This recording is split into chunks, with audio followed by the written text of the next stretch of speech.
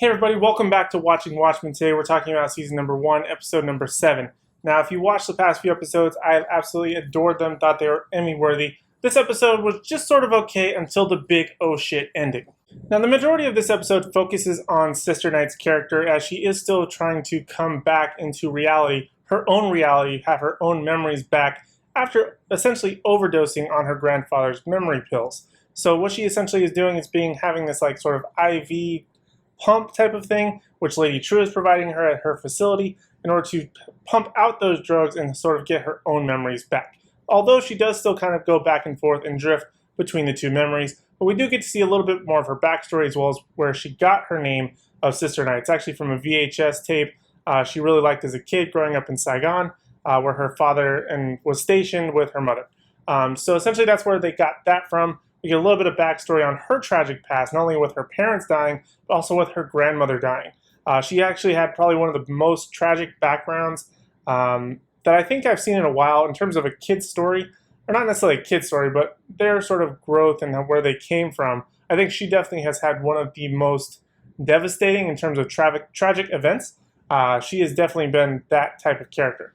But we mainly focus on her character. We end up finding out some really interesting information. But put that to the side for now because we're going to come back to Sister Knight and her storyline. But Lady True is essentially still trying to develop this brand that she's doing. I don't really know what it is. She's still weird. So is her daughter, which we find out is actually a clone of her mother, which is how she has a couple of different memories about being old and dying. That storyline was definitely interesting, but I think that ties into more or less the Ozymandias storyline, where he's essentially on trial with a bunch of clones, trying him, being the jury, with the game master as he did try to escape from his essential prison. That storyline I felt like kind of fell flat because his whole court proceedings were interesting until they did like the pig thing and then he farted. That was all kind of, I was actually really interested in his character until some of that courtroom stuff. It just really didn't do it for me. But his whole storyline, I think, is coming to a head, as we're going to find out later. But the most interesting storyline has to, hands down, go with what's going on with Sister Knight, 7th Cavalry, and Dr. Manhattan. So essentially what's going on is the 7th Cavalry are trying to essentially open kind of a portal or something that they can recreate the experiment that caused Dr. Manhattan to become into existence. What caused the scientists to go from normal human being John into superhuman God, essentially. So they're trying to recreate that through this portal aspect. So that's what they're up to. Now, in terms of Sister Knight, her character is developing all these things. She was actually hooked up to an elephant, not her grandfather, which I don't really know how that makes sense, unless it's because related to an elephant and memories sort of saying that an elephant has great memory. That's really the only thing that I can come up with as to why she was hooked up to an elephant and not her actual grandfather. But in terms of when she breaks out, she ends up finding out that the Dr. Manhattan sort of phone booths that Lori was talking to him at in a previous episode essentially do nothing.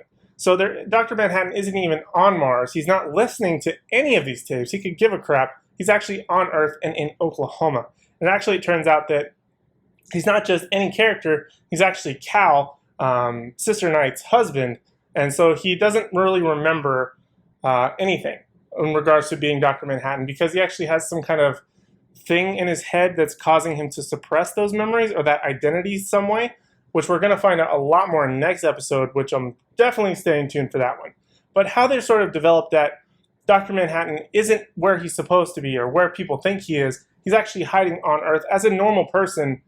Seems a little bit difficult because he is a god, but at the same time, he is a god and is able to use whatever that circle technology thing is, maybe that Lady True helped him with, I'm not really sure yet, to essentially disguise himself and be able to sort of live a normal life, something he hasn't been able to do in probably years. But there's a ton of Dr. Manhattan influences throughout the episode, and finding out that he is actually not only on Earth, but having a relationship with one of the main characters who has kind of been hidden in the side, and not hidden necessarily, he's been more on the side, but I'm kind of been always rooting for him at the same time.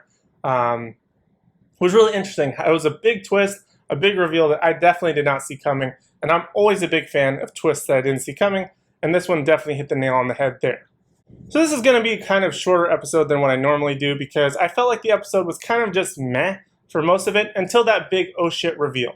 I did like a lot of what Sister Knight's background was, finding out more about her character and how she kind of relates to her grandparents in a certain way, has that sort of tragic backstory, and how she developed into who she is today, and also that big oh shit reveal of Dr. Manhattan being on Earth and actually being Cal. That was pretty awesome, and I can't wait to see what they do with it next episode, because it looks like we're going to kind of flash back to how the two met, how Sister Knight and Dr. Manhattan met, how their relationship started. Hopefully we're going to find out how exactly they disguised him as Cal and covered up this sort of accident that happened with Cal.